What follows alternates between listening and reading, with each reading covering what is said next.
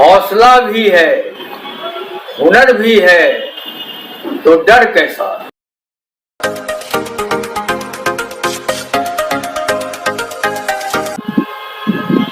बंधु, आप सभी जानते हैं कि किसी भी आंदोलन के लिए, उसकी सफलता के लिए साहित्य का बहुत बड़ा योगदान रहता है। मूलतः मैं वैज्ञानिक हूँ। पर्यावरण पर मेरा 40 साल से काम चल रहा है। विशेष अध्ययन किया हूँ। मुझे जब ये अभिलाषा हुई कि हिंदी साहित्य की सेवा की जाए, तो मैंने सोचा कि हिंदी संसार इतना विस्तारित है कि वहाँ पर हम कहाँ झलकेंगे। फिर मैंने सोचा कि क्यों नहीं दलित साहित्य आंदोलन और स्त्री विमर्श साहित्य आंदोलन के समानांतर बिहार से जो आंदोलन की भूमि रही है, पर्यावरण साहित्य सृजन आंदोलन क्यों नहीं शुरू किया जाए। ये बहुत अच्छा लगा और मित्रों से भी मैंने सलाह मशविरा किया। सबने इसकी स्वीकृति दी और ये बात लगभग 1992 से है। उस समय ब्राजील में शिखर सम्मेलन हो रहा था, 5 जून 1992। तब से मैंने हिंदी साहित्य में पर्यावरण कथ्य को केंद्रित कर साहित्य के हर विधा में मैं रचना करने का प्रयास किया। और जैसा कि मित्रों का प्रतिक्रिया है, प्रशंसा है, उससे लगा कि इस अभियान में हम सफल होंगे। तब से पूरे देश में भ्रमण करके मैंने रचनाकार मित्रों से पर्यावरण कथ्य पर रचना करने का निवेदन करते आया हूँ।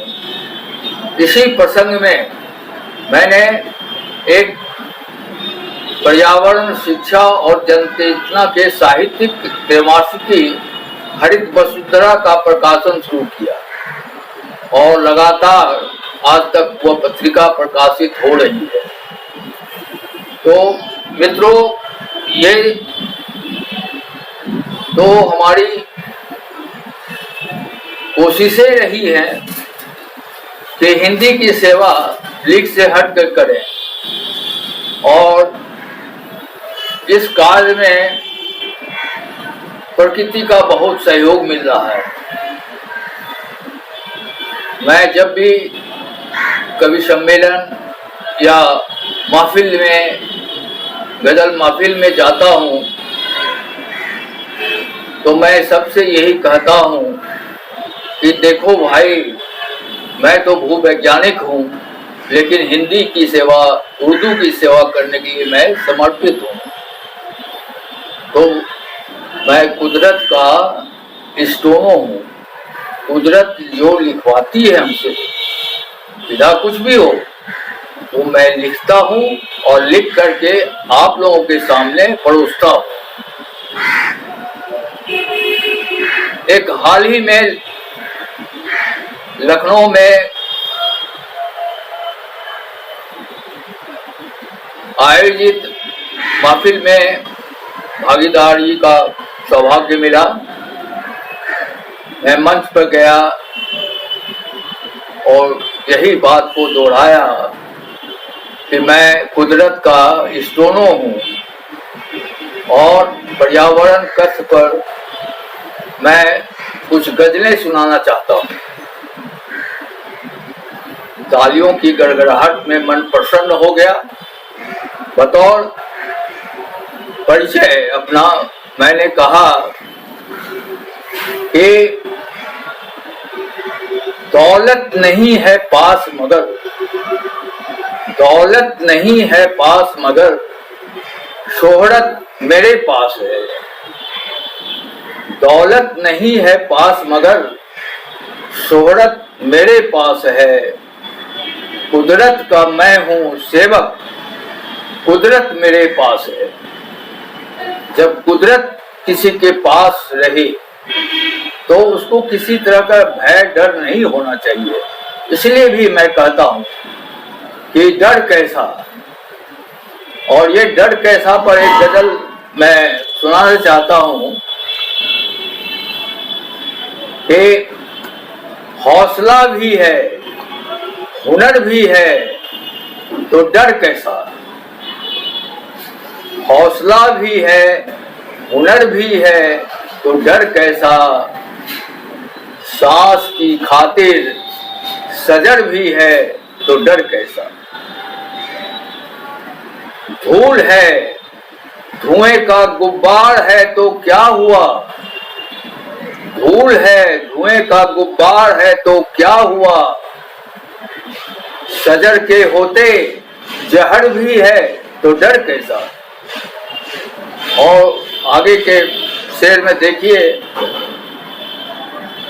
कि इम्यूनिटी की बात कही गई उस समय जो आज लागू है कि जिस्म हमारा तंदुरुस्त है बलवान भी है।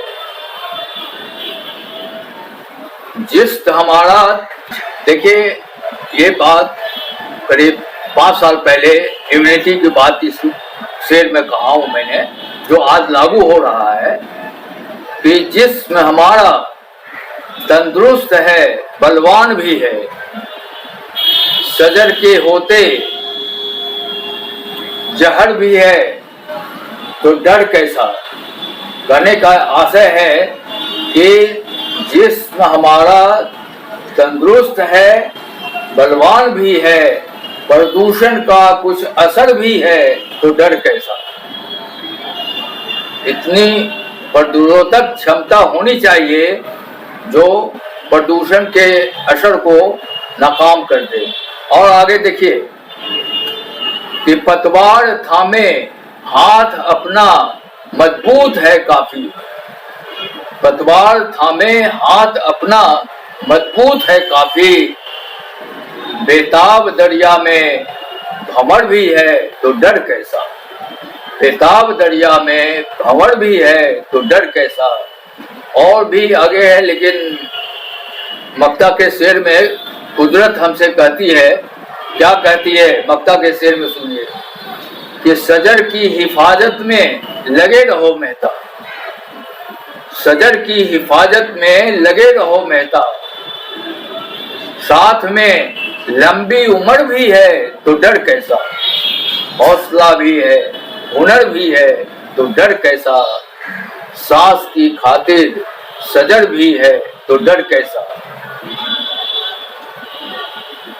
अगर आप एक रचनाकार हैं और आप अपनी रचना प्रकाशित करवाना चाहते हैं या साहित्य आजकल से अपनी प्रस्तुति देकर अपनी आवाज दूसरों तक पहुंचाना चाहते हैं तो हमारी टीम का नंबर डिस्क्रिप्शन बॉक्स और यहां डिस्प्ले पर फ्लैश हो रहा है। आप जरूर इसके व्हाट्सएप के माध्यम से संपर्क करें। यह जो नंबर है व्हाट्सएप नंबर है और इससे आप संपर्क करेंगे तो आप अपनी आवाज दुनिया तक अवश्य पहुंचा देंगे, वो भी बिना किसी झोल झाल के। तो चलिए दोस्तों जरूर संपर्क करें। साथ ही साथ दोस्तों नीचे डिस्क्रिप्शन बॉक्स में आपको साहित्य आजकल की वेबसाइट का लिंक दिया हुआ है और हमारे दूसरे चैनल टॉक विद कृष्ण का भी लिंक दिया हुआ है, जहां मैं आपसे तमाम मुद्दों पर रूबरू होता हूं और आपकी समस्याओं को करता हूं झट से सॉल्व। तो तुरंत जाएं और वहां से जुड़ जाएं। तब तक के लिए बाय बाय।